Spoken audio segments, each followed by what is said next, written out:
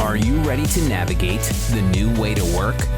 Forbes Books presents Dare to Care in the Workplace with Kathleen Quinn Botaw. Here's Kathleen. I am over the moon to welcome Simon T. Bailey to the podcast. Simon is an internationally renowned speaker, author, and consultant who has dedicated his life to empowering others. With over 30 years of experience, he has become a leading voice in personal development. His teachings empower individuals to overcome obstacles, achieve success, and live with passion. Simon, welcome to Dare to Care in the Workplace. It's so good to be with you, finally. I know. So here's the story, people. Simon and I met in July, and have you ever had that feeling when you meet somebody that you were meant to know each other?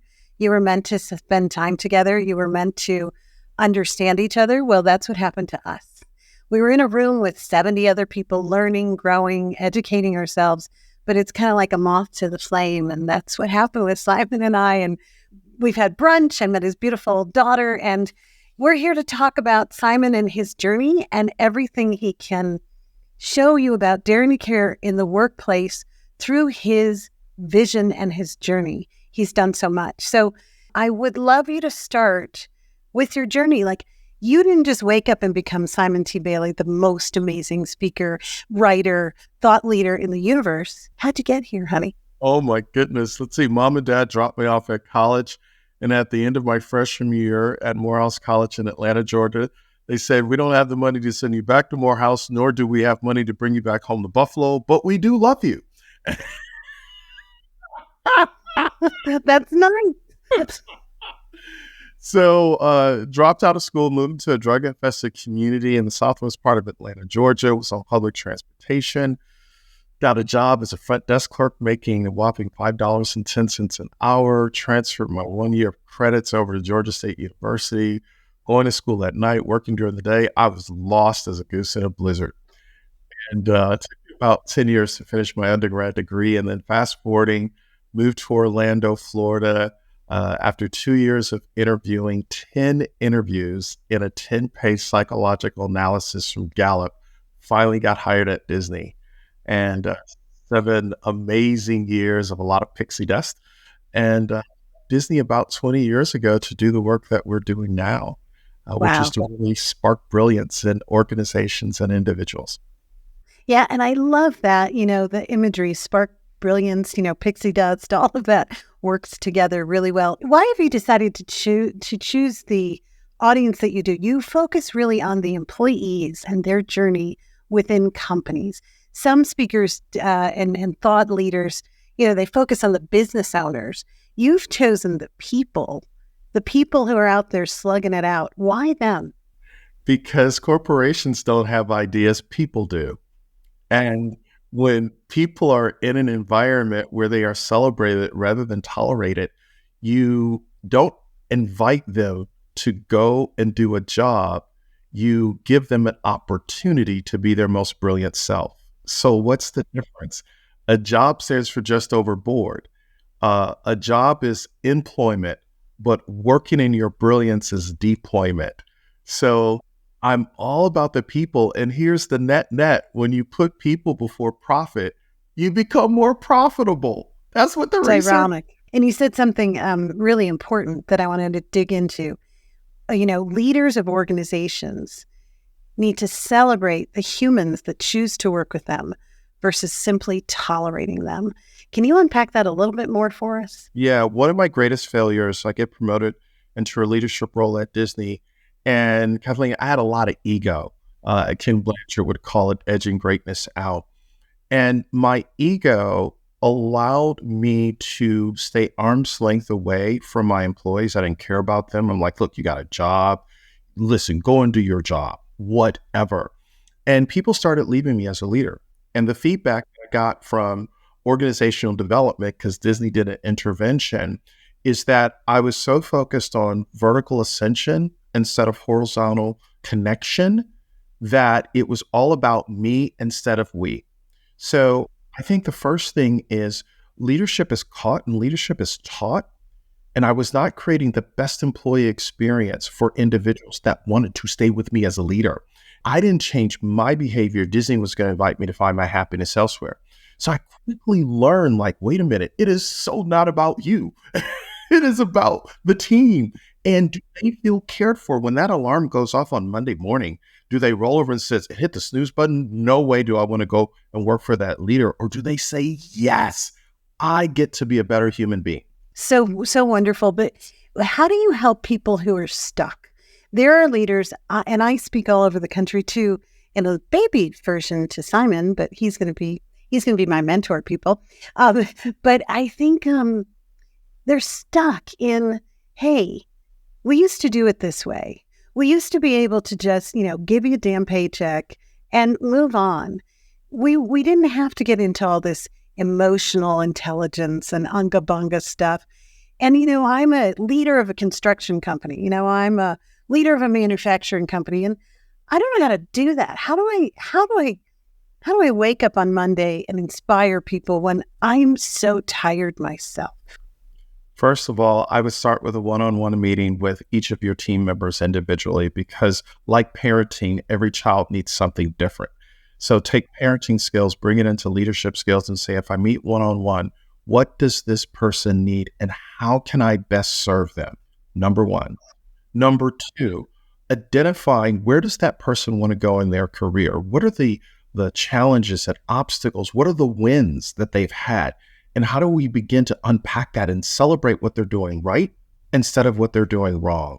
And then begin to ask them, if these roadblocks are moved out of the way, what else do you need to be the best person that you can be?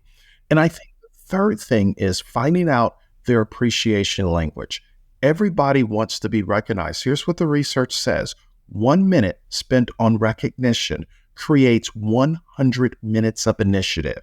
So in other words, people go above and beyond, not because they have to, but because you recognize them and you called it out publicly or privately. Wonderful. Now, I see a lot of people struggling with recognition. They're either bored with it, they don't know how to do it, they never got it, so they're not going to give it to anybody either. That's their attitude. How can they overcome this recognition valley that we're in, where just people are craving some kind of recognition? They want to matter to you, the person who's helping them, build their life. What can they do to overcome this stigma around recognition? I'm going to totally go old school on you for a minute. Start with a handwritten note. I still have handwritten notes from leaders that impacted me. And that handwritten note is like a carrier pigeon to the soul. Like, whoa, recognize me, right? I think the second thing is being vulnerable and say to your team collectively, hey, I know I need to recognize you more. I don't know how to do it. How would you like for me as a team to recognize what we're doing, the good work, the things that we are making happen?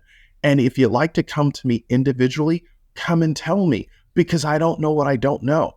And I think leaders putting that honest truth on the table lets people know, okay, they just didn't go to a workshop or they listened to Kathleen's podcast and now they're phoning it in, but it's coming from the heart. It's not mechanical or rote or from their head. It's who they are at the core. Just like you learn to drive a car, you got in, you turn the engine, you put the car in drive, and you begin to move forward. That's where you start when it comes to recognition. Wonderful. I try to help paint the picture that employee experience is about their experience, not their engagement with you. So employee engagement is so, passe, because that's really about how are you engaged with me versus how have you experienced your journey so far. You mentioned employee experience earlier. Talk through the important components of employee experience tied to that recognition piece. Here's the framework that I've learned over 35 years. Leaders create the experience for employees. Stop. What is it like to work for you as a leader? What's the benefit? What's the net takeaway, right? Employees create the experience for customers. Customers drive revenue. Reverse engineer. Revenue comes from customers who've been engaged by happy employees who work for an emotionally dialed in leader. So in other words, the real business that you are in as a leader, you are an emotionologist. This is a word that I've created. Emotions run the show. Absolutely, full stop. Introvert, extrovert. If people don't feel it, they're not doing it. So they feed off of your energy. You may say, Simon, I'm an introvert. Guess what? I'm a socialized introvert. So as leaders, we can all figure out ability and say, okay, how do I emotionally connect to set the tone for that person's experience? You can start with a question. What is it that you need today that will help you move quicker and faster? What is it that we can do to partner with another department? Get their ideas. You don't have to have all the ideas. You want more collaboration? Ask the team. That's where the answers are. And when they know that you care about their opinion, their creativity, their ideas, what? They will be like a faucet. They will just flow all the time, telling, here's what we can do. Here's what we did. Well, I wrote a little book called Dare to Care in the Workplace, and that's the name of this podcast too. And we focus on, that employee experience, having empathy, and also having the courage to have faith in each other, faith in yourself, faith in the mission of the company. How has faith helped you on your journey? Wow. Faith for me is everything. For me, I like to say, without God, I would be nothing. Without God, I would fail. Without God or faith, I would be like a ship without a sail. It's who I am at the core. And, I feel it's in the world we're in today and all the changes we've had over the last 3 years, there's a crisis of faith out there. And we don't talk about it in the workplace very much. But it doesn't necessarily, I believe in God as well, but let's have a little faith in each other. Yes. That we're going to get through this. We're going to get to the other side. We're going to innovate and believe in something beyond yourself. That's how we define faith and Dare to Care in the Workplace. But it's so remarkable. Almost everyone I've invited to this podcast does believe in a higher good and a higher being. And I think that's part of the success formula. We kind of surrender to I'm going to get it done, and I have a mission here on earth. And it's okay to talk about it, people, right? Simon's talking about it. I'm talking about it. Have a little faith in me. Have a little faith in each other. So thank you for sharing that. I think it's really important that more of us put it out there and make sure we own it with people. So you said, I was watching a bunch of your podcasts to get ready for this. You had a quote, people need to know they matter and are seen. So there's a great quote by Maya Angelou. People will never remember what you said or what you did, but they will always remember how you made them feel. So talk to me about your version of that quote, because that's what it made me think about. You made me think about Maya this morning. Yeah, building on what you just said as it relates to faith, when I'm seen, valued, and understood, and emotionally I'm left with a feeling that I can show up 100% healthy, happy, and whole, what that does for a person is it creates hope in them. Because a hopeful person is a helpful person. A hopeless person is a helpless person. So when I have this feeling and this emotion that in the environment, I'm fully embraced, oh my goodness, people go the extra inch, the extra step, because their emotional cup is filled up, because they just know. So you're withdrawing from a well of satisfaction and experience and care. And I love how you describe yourself on LinkedIn and publicly. You're a husband, you're a father, you're G-pop. I'm assuming that's grandpapa. Yes. Grandpa. Yeah. And then everything else, you're like, you're the person, not the persona, and that's what makes you such an amazing human being, that you see that light shine, and that's why the spark and the brilliance, all the words you use, you shine. And so your shining helps other people shine. And that's what this is all about. We're here. Marianne Williamson wrote that wonderful quote that Nelson Mandela read at his inauguration. We have to let our light shine.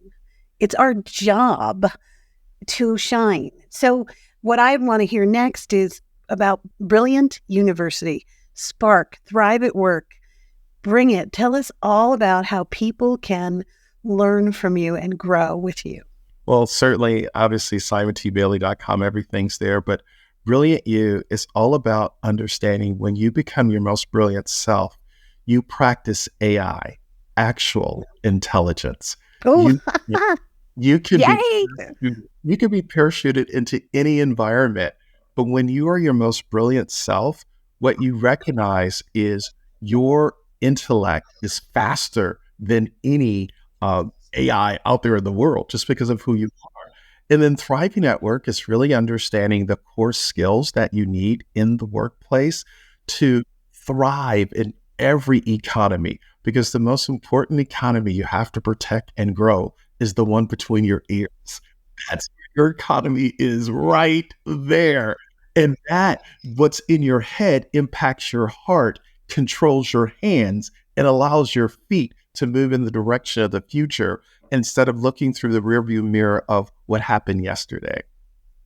And what's the difference between Brilliant Universities, Spark, and Thrive at Work? Because, I was all over the place on you. Yeah.